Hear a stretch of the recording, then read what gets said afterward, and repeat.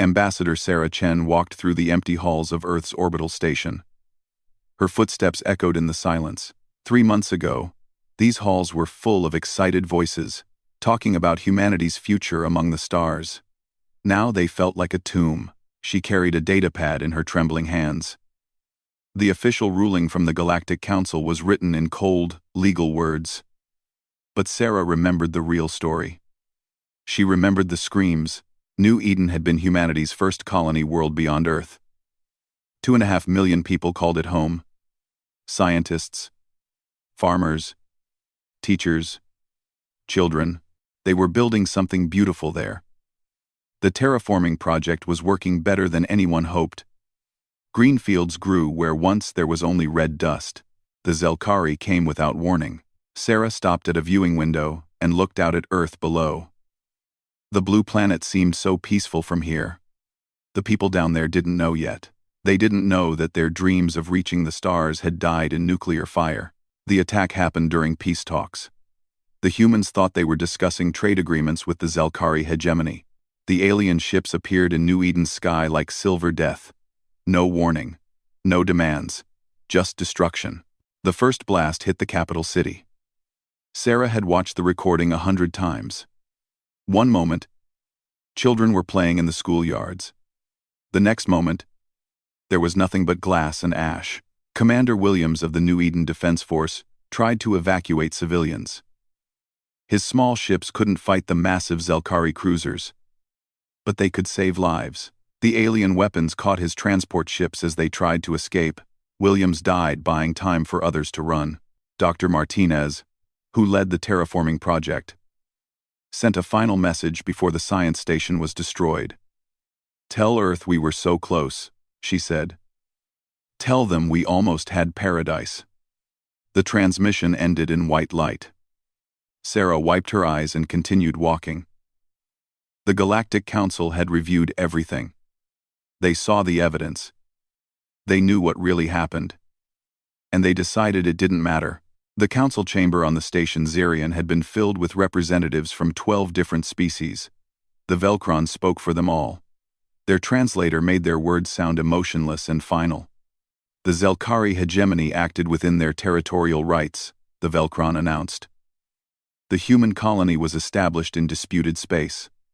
The Zelkari gave adequate warning. The starkly carding, the Zelkari gave adequate warning. Sarah had jumped to her feet. Warning? They attacked during peace talks. They killed children. The matter is closed, another voice said. This one belonged to the Thaxan delegate. The Galactic Council offers compensation. Mining rights to the Kepler asteroids. Standard reparation protocols. Mining rights. Worthless rocks in space. That was the price of 2.5 million human lives. You can't be serious, Sarah said. They committed genocide. Genocide is a human word, the Velcron replied. It has no meaning in galactic law. The Zelkari eliminated a territorial threat. The Council supports their right to do so. The other species nodded in agreement. None of them looked at the evidence videos Sarah had brought. None of them wanted to see the faces of the dead. Now Sarah reached the communication center. She activated the quantum transmitter that would send her report to Earth. Her hands shook as she began recording. "This is Ambassador Chen reporting to Earth Command," she began. "The Galactic Council has made their ruling." She paused, trying to find words that could explain the betrayal. They said the Zelkari were defending their territory. They said New Eden was built in disputed space. They said it was legal. Sarah's voice grew stronger. "They're lying. I was there during the negotiations. The Zelkari never mentioned territorial disputes. They were discussing trade routes and cultural exchange. Then their fleet appeared in New Eden's system." She pulled up the files on her datapad. The recordings were hard to watch, but Earth needed to see them. "I'm sending you everything." The final messages from New Eden. The Defense Force's last stand. The children's school that was broadcasting a play when the first bombs fell. The play was called Journey to the Stars. The children were dressed as astronauts and aliens. acting out humanity's dream of peaceful contact with other species. The recording ended when the theater was vaporized. "The Council wants us to accept this," Sarah continued. "They want us to take their mining rights and stay quiet. They want us to pretend our people didn't die. They want us to pretend their laws matter more than justice." She thought about the Zelkari delegates she had seen. They showed no guilt, no sadness. They talked about New Eden like it was a business transaction. The human colony had been inconvenient, so they removed it. Simple and clean. "I told them we needed time to consider their offer," Sarah said. She ended the recording and prepared to send it. Along with her report, she attached every piece of evidence she had gathered. Video recordings of the attack, audio files of the Zelkari delegates laughing about human weakness, documents showing that New Eden was never in disputed territory. The truth was simple. The Zelkari wanted to test humanity. They wanted to see if the new species would fight back or accept being victims. The Galactic Council helped them by making it legal. Sarah activated the transmitter. Her message would reach Earth in 6 hours. The evidence would be reviewed by Earth's leaders. The videos would be seen by humanity. She knew what would happen next. Earth would reject the Council's ruling. The human government would refuse to accept mining rights as payment for genocide.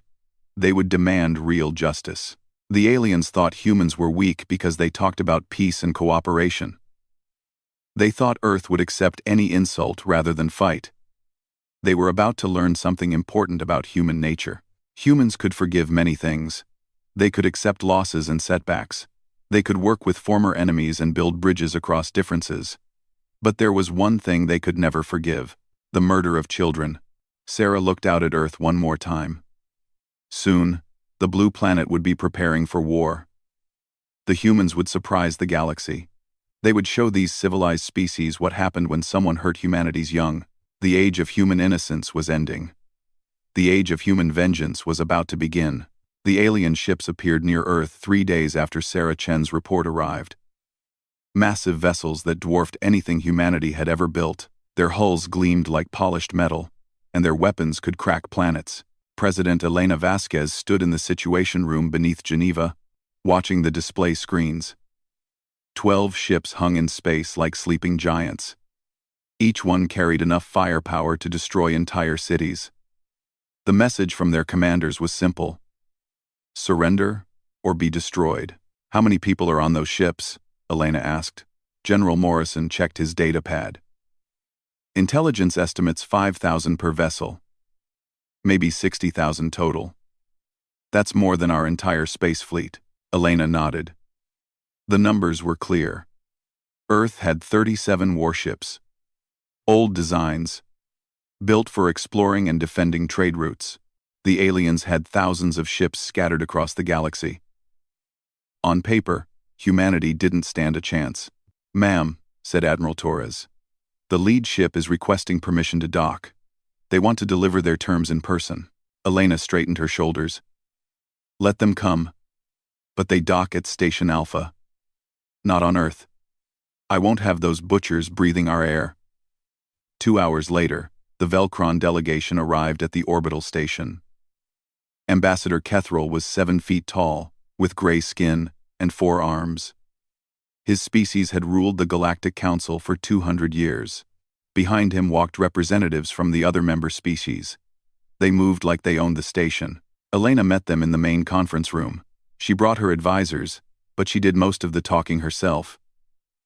The humans sat on one side of a metal table. The aliens sat on the other side like judges.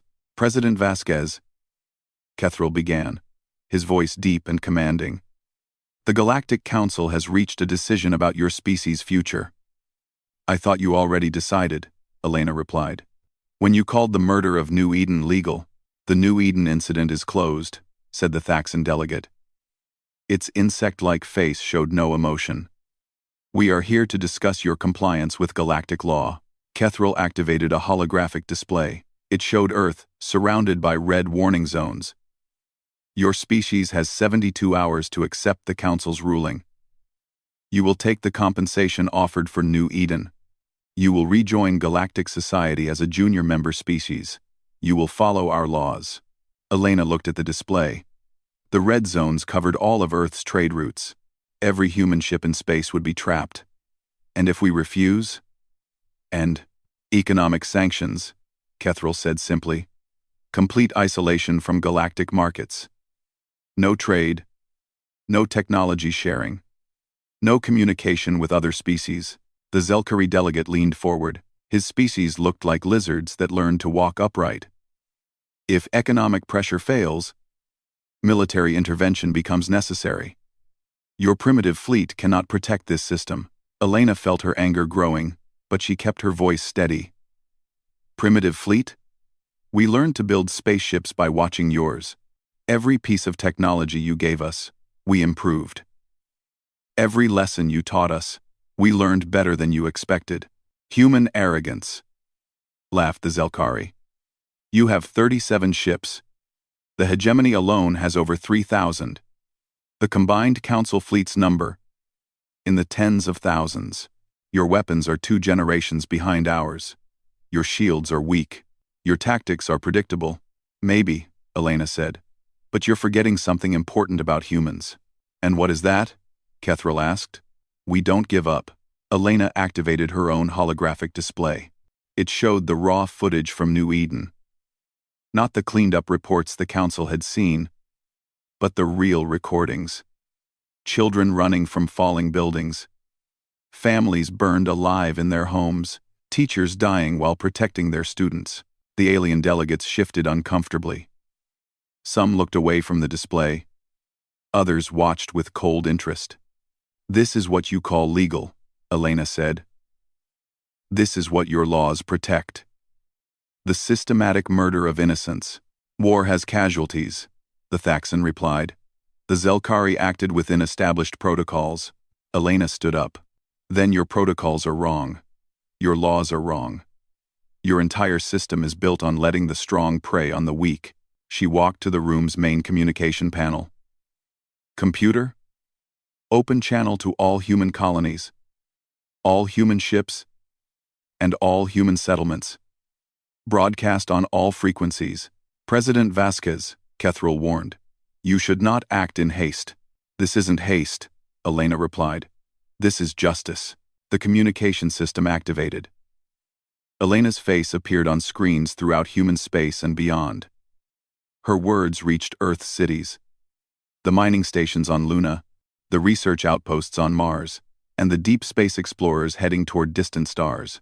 My fellow humans, she began. 3 months ago, the Zelkari hegemony destroyed our colony on New Eden. They killed 2.5 million of our people. Men, women, and children died without warning, without mercy. The alien delegates watched in growing alarm as Elena continued. This wasn't the carefully controlled diplomacy they expected.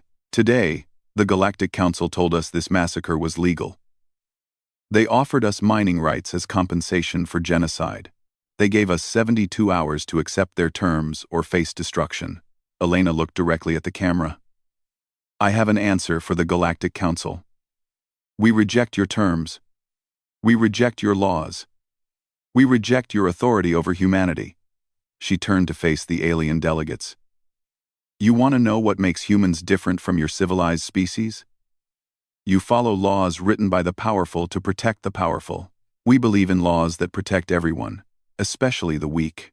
Kethril stood up, his 4 arms spread wide in a gesture of authority. This is foolish, President Vasquez. Your species cannot survive alone. You need galactic trade, galactic technology, galactic protection. 7. Protection? Elena laughed. You protected New Eden right into the grave. Your technology? We've been improving on it since day 1. Your trade? We don't need markets that profit from murder. The Zelkari delegate hissed in anger. You cannot threaten the council. Your pathetic fleet will be destroyed within days. Elena looked at him with cold fury. We're not threatening anyone. We're making a promise. If there is no justice in this galaxy, then we will become justice. If there are no laws that protect the innocent, then we will become the law. She activated another display. This one showed construction in progress throughout the solar system. Shipyards working around the clock. Factories building weapons and armor. Orbital platforms being assembled by millions of workers. For 3 months, while you debated whether our children deserve to live, we've been preparing. Every human in the solar system has been working toward one goal: justice for New Eden. The alien delegates stared at the construction footage. The scale was enormous. Earth's entire industrial capacity had been converted to war production. "This is madness," Kethril said. "You would destroy yourselves fighting the entire galaxy?" "Maybe," Elena replied. "But we'll take a lot of you with us. And maybe, just maybe, the next time someone thinks about murdering children, they'll remember what happened to the species that killed ours." Self. She walked back to her chair and sat down. "You have your answer, Ambassador Kethril. Humanity rejects the Council's terms. We withdraw from all galactic treaties. Consider us no longer bound by your laws." "You are making a terrible mistake," the Thaxan warned. "The only mistake we made was trusting you," Elena said. "We won't make that error again." The alien delegation filed out of the conference room in stunned silence. They had expected Earth to beg for mercy or perhaps try to negotiate better terms. They never expected defiance. As their ships departed Earth's orbit, they carried a message back to the Galactic Council. Humanity had chosen war over surrender. The primitive species from Sol 3 thought they could fight the galaxy and win. The Council would soon discover their mistake. Humans weren't primitive. They were just patient. And now, their patience had run out. The void between stars was empty and silent. At least, that's what the Zelkari sensors reported. Admiral Vorthak checked his displays again as his supply convoy moved through the outer edge of hegemony space. Nothing but asteroids and cosmic dust for light years in any direction. "Maintain course," he ordered his crew. "Next stop is Outpost Kepler 7. Standard supply run." His 3 cruisers and 2 cargo ships moved in formation through the darkness. They carried food, weapons, and ammunition for the border stations. It was routine work. Boring and safe. The Galactic Council had laughed at Earth's declaration of war. Humans with their tiny fleet thought they could fight the galaxy's greatest powers. The Zelkari military command wasn't even worried. They kept their main fleets at home and sent only patrol groups to watch human space. Vorthak's convoy was one of dozens moving supplies to the frontier. The humans were too far away to threaten anything important. Their primitive ships couldn't even detect Zelkari vessels at long range. That's what he believed until the shadows began to move. The first sign of trouble was a communication disruption. Static filled the channels between his ships. Then his sensors started reporting false readings. Asteroids appeared and disappeared on the scopes like ghosts. "What's wrong with our systems?" Vorthak demanded. Lieutenant Skrull worked frantically at his console. "I don't know, sir. Everything checks out normal, but the readings keep changing." That's when the humans attacked. They didn't come charging in like the Zelkari expected. There was no dramatic battle cry or demand for surrender. The human ships simply appeared out of nothing, like death materializing from space itself. The vessels were painted pure black, with strange angles that seemed to bend light around them. They moved without sound or energy, signatures that normal sensors could detect. By the time Vorthak's crew spotted them, human boarding pods were already latching onto their hulls. "All ships, battle stations," Vorthak shouted. "We're under attack." His gunners tried to target the human ships, but their weapons couldn't lock on. The strange vessels moved like living things, twisting and rolling through space in patterns that confused targeting computers. The boarding began within minutes. Human soldiers cut through the hull of Vorthak's flagship and poured into the corridors. They wore armor that seemed to absorb light and moved with deadly precision. Sergeant Maria Santos led the assault team through the Zelkari cruiser. Her squad had trained for months in captured alien ships, learning every weakness in their design. The lizard-like aliens were strong and fast, but they fought like individuals. Humans fought as a team. "Target their communication center," Santos ordered through her helmet radio. "Cut them off from their fleet. Her team moved through the ship's passages like water flowing downhill. They knew exactly where to go and what to hit. Every door, every junction, every critical system had been mapped during humanity's careful study of Zelkari technology. The alien defenders fought bravely, but they were confused and frightened. Their sensors couldn't track the human soldiers, and their weapons seemed less effective than they should be. The humans had studied Zelkari tactics for months and developed counters for every strategy. Within 2 hours, all 3 cruisers were captured. The cargo ships surrendered without a fight when they realized resistance was hopeless.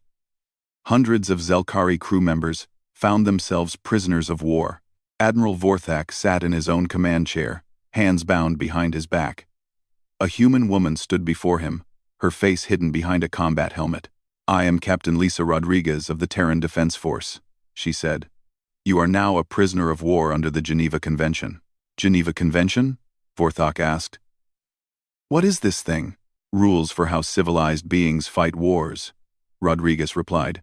"Something your people forgot when you murdered our children." She activated the ship's communication system and broadcast on all Zelkari military frequencies. Her message would reach every hegemony outpost within 50 light-years.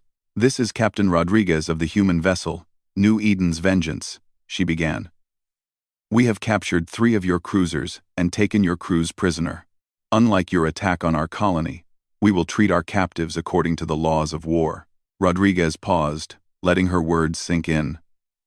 "Your soldiers will be given food, medical care, and protection. They will be allowed to communicate with their families. They will be returned home when this war ends, assuming their government can learn to behave like civilized beings." Vorthak stared at her in shock. "You're not going to kill us?" "We're not you," Rodriguez said simply. Similar scenes played out across the border region as the human ghost fleet struck at a dozen targets simultaneously. Supply convoys vanished without a trace. Communication relays went dark. Border outposts reported strange sensor readings before their signals cut off entirely. The Zelkari High Command couldn't understand what was happening. Their ships were disappearing. But there was no sign of a human fleet. No massive battles. No glorious victories or defeats. Just silence spreading across their frontier like a plague. Admiral Torres commanded the operation from his flagship, the Earth vessel, Defiant. His ship was hidden in the shadow of a gas giant, surrounded by the rest of humanity's new fleet. 73 vessels built in secret over 3 months, each one designed for a specific purpose. "Status report," Torres ordered. Commander Jackson checked his displays. "All strike teams have reached their targets. No losses reported. We've captured 12 Zelkari vessels and 3 outposts. Estimated enemy prisoners, 2,000 and counting." Torres nodded with satisfaction. The plan was working perfectly. Humanity couldn't fight the aliens in a traditional war, so they weren't going to try. Instead, they would fight like humans had always fought against stronger enemies. Smart, patient, and absolutely ruthless when necessary. "What's our intelligence situation?" Torres asked. "Excellent, sir. The captured ships have given us complete maps of Zelkari space. We know their patrol routes, supply lines, and defensive positions. Plus, their crews are very talkative once they realize we're not going to torture them. The human advantage wasn't better weapons or stronger ships, it was better intelligence, better planning, and better understanding of what they were fighting for." Every human in the fleet had seen the videos from New Eden. Every one of them knew exactly why they were here. On his personal communication device, Torres received a message from Earth. President Vasquez had recorded it personally for the fleet. "To all humans serving in our defense forces," she said, "you carry with you the hopes and dreams of our entire species. You fight not for conquest or glory, but for justice. You fight so that no other children will suffer what New Eden's children suffered." Her image showed the memorial wall that now covered an entire building in Geneva. Every name of every person killed at New Eden was carved into black stone. School teachers and research scientists, farmers and engineers, parents and children.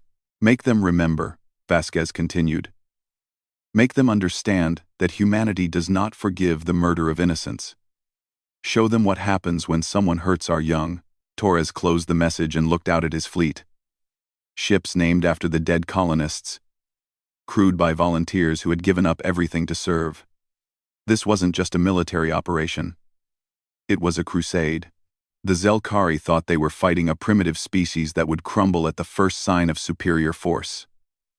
They were about to learn something important about human nature. When you hurt humanity's children, you don't face their military. You face their entire civilization united in righteous fury. And that was a very dangerous thing to face.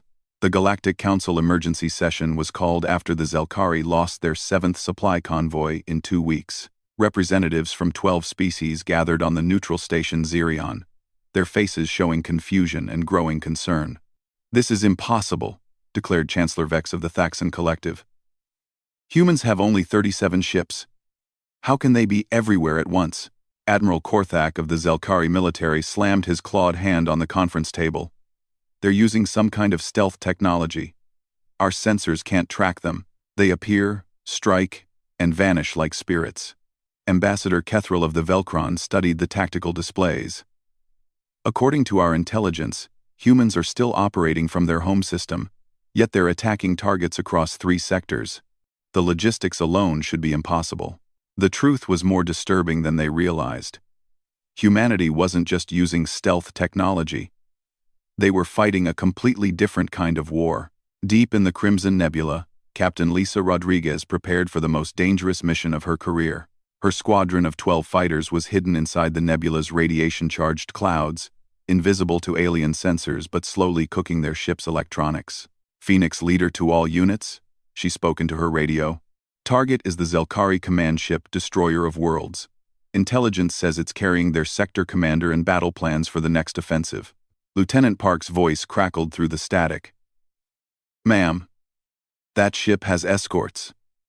4 cruisers. 8 destroyers. We're outnumbered 30 to 1. Numbers don't matter if they can't fight in here," Rodriguez replied. "The nebula's radiation will scramble their targeting systems. We know how to fly blind." They don't. It was true. Human pilots had trained for months in similar conditions, learning to navigate by instinct and sensor ghosts. The aliens relied on their sophisticated computers and long-range scanners. Inside the nebula, those advantages meant nothing. Rodriguez checked her instruments one last time. Her fighter was already showing damage from the radiation, but it would hold together long enough to complete the mission. That's all any of them needed. "Remember," she told her squadron, "we're not trying to destroy them all. Just hit the command ship and get out. Make them scared to venture into places their sensors can't help them." The human fighters emerged from the nebula like avenging angels. Their small, agile ships danced through the radiation clouds while the massive Zelkari vessels struggled to maintain formation. The aliens' weapons fired wildly into empty space, unable to lock onto targets they couldn't properly see. Rodriguez dove her fighter straight at the command ship's bridge. Her missiles struck its command center, just as return fire caught her engine. The explosion sent her fighter spinning out of control, but the damage was done. The Zelkari commander was dead, and his battle plans were lost in the wreckage. "Phoenix lead is down," shouted Lieutenant Park. "I'm going after her." "Negative." Rodriguez's voice came through the static. "Complete the mission. Get back to base." Her fighter slammed into the side of a Zelkari cruiser, taking out their main power grid in a ball of fire. The alien ship went dark and began drifting helplessly through the nebula. The surviving human fighters escaped, while the confused Zelkari fleet fired at shadows and ghosts. By the time they reorganized, the humans were gone, leaving behind only wreckage and questions. Meanwhile, on the industrial world of Kepler Prime, Dr. James Chen was leading a very different kind of attack. The young computer programmer had never fired a weapon in his life, but he was about to cripple an entire star system. "Accessing their communication network now," he whispered to his team. They were hidden in an abandoned mining facility on the planet's surface. Their equipment powered by stolen energy cells. Chen's fingers flew across his keyboard as he broke through layers of alien security. The Zelkari thought their computer systems were unhackable. They were about to learn that human hackers didn't follow the same rules as other species. "I'm in," Chen announced. "Uploading the virus now." The virus was a masterpiece of human engineering. Instead of trying to destroy the alien computers, it made them unreliable. Weapons systems would misfire. Navigation computers would give wrong directions. Communication networks would broadcast orders to the wrong ships. Within hours, the entire Kepler system was in chaos. Zelkari ships collided with each other because their navigation computers failed. Ground forces received contradictory orders and started fighting among themselves. Supply shipments were sent to the wrong planets. The aliens never realized they were under attack until it was too late. By the time they discovered the virus, human ships had already seized control of the system's main spaceport. Back on Earth, Admiral Torres received reports from all fronts. The war was going better than anyone had dared hope, but the cost was enormous. They were losing pilots, soldiers, and ships faster than they could replace them. "Admiral," said Commander Jackson, "we have a problem. The Galactic Council is sending reinforcements to help the Zelkari. 3 full battle fleets, over 2,000 ships." Torres studied the intelligence reports. The combined alien fleet would outnumber humanity's forces 50-1. In a direct confrontation, Earth's fleet would be destroyed in minutes. "What's our current position?" Torres asked. "We control the Kepler system and 12 other star systems in Zelkari space. Our raiding fleets have captured or destroyed over 300 enemy vessels, but if they mass their full fleet against us, then we don't give them the chance," Torres said. "Pass the word to all human forces. Phase 2 begins now." Phase 2 was humanity's most desperate gambit. If they couldn't defeat the alien fleets in battle, they would make it impossible for those fleets to fight effectively. Across Zelkari space, human special forces teams emerged from hiding. They had been infiltrating alien worlds for weeks, disguised as refugees or traitors. Now they revealed their true purpose. On the military world of Nexus 7, Sergeant Mike Thompson led his team in an assault on the planet's main shipyard. They didn't try to destroy the facility. Instead, they reprogrammed the construction computers to build ships with critical flaws. Hulls that would crack under stress, engines that would overheat, weapons that would explode when fired. On the trading station Beta Centauri, Lieutenant Sarah Kim's team took control of the fuel depot. They added a chemical compound to the alien fuel that would slowly eat through engine components. Ships using the contaminated fuel would break down after a few days in space. The beauty of the plan was its subtlety. The aliens wouldn't realize what was happening until their ships started falling apart in the middle of battle. By then, it would be too late to stop the damage. But the most important mission belonged to Captain David Park and his team of engineers. They had captured an alien communication satellite and were using it to monitor Galactic Council transmissions. "Sir," reported Technician Lopez, "we've intercepted the Council's battle plans. They're planning to attack Earth directly. If they can destroy our homeworld, they think the war will end." Park smiled grimly. The aliens still didn't understand humans. They thought destroying Earth would break humanity's will to fight. They couldn't imagine that it would only make humans more determined. "Send a message to Admiral Torres," Park ordered.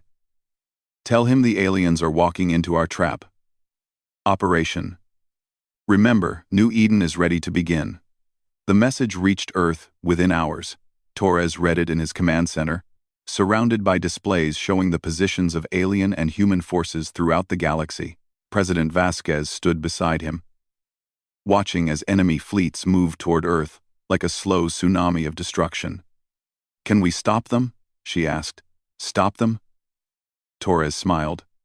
"Ma'am, we're going to do something much better. We're going to make them wish they had never heard of humanity." The final phase of the war was about to begin. The aliens thought they were bringing overwhelming force to crush a primitive species.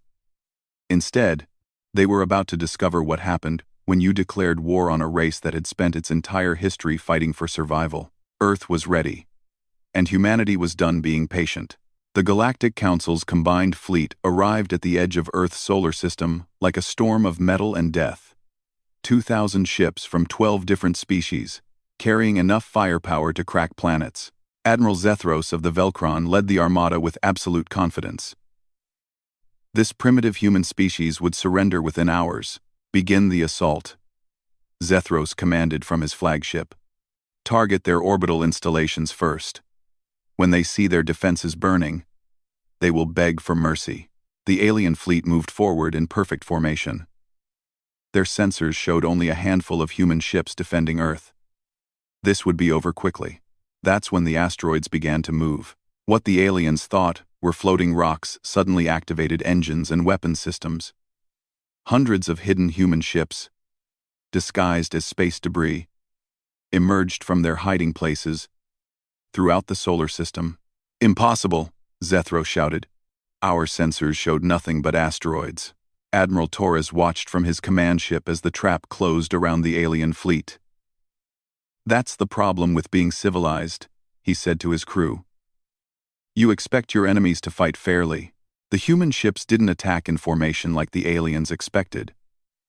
Instead, they swarmed like angry hornets, diving in and out of the enemy fleet in seemingly random patterns. Their tactics made no sense to alien commanders trained in traditional warfare, but there was a pattern. Every human ship knew exactly where to strike and when to retreat. They targeted command vessels, communication relays, and supply ships, while avoiding the heavily armed battleships. Within an hour, the massive alien fleet was blind, confused, and cut off from central command. Captain Maria Santos led a boarding party onto the Zelkari flagship Worldbreaker. Her team moved through the ship's corridors with deadly efficiency, stunning crew members instead of killing them. When they reached the bridge, Santos placed the enemy captain under arrest. "I am Captain Santos of the Terran Defense Force," she announced. "You are now a prisoner of war. Your crew will be treated according to the Geneva Convention." Captain Skral of the Zelkari stared at her in disbelief. "Why don't you kill us? We came to destroy your world." "Because we're not you," Santos replied. "We don't murder prisoners." Similar scenes played out across the battlefield as human forces captured ship after ship. The aliens found themselves prisoners of a species they had come to exterminate, yet the humans treated them with more respect than they had ever shown to human civilians. President Elena Vasquez watched the battle from Earth's command center. Reports streamed in from across the galaxy. Human forces were victorious everywhere. The Zelkari home fleet was surrendering. Galactic Council worlds were sending desperate messages asking for ceasefire. "Ma'am," said General Morrison, "we're receiving a transmission from the Council emergency session on Zirion. They want to discuss terms." Elena smiled coldly. 6 months ago, these same aliens had told her to accept genocide as legal. Now, they wanted to talk about terms. "Tell them we'll meet," Elena said. But this time, they come to us. The peace conference took place aboard the human station, New Eden Memorial, built in Earth orbit specifically for this moment. The walls were covered with pictures of the colonists who died on New Eden.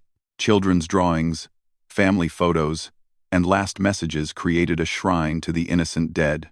The alien delegates who arrived were not the arrogant beings who had delivered ultimatums months earlier.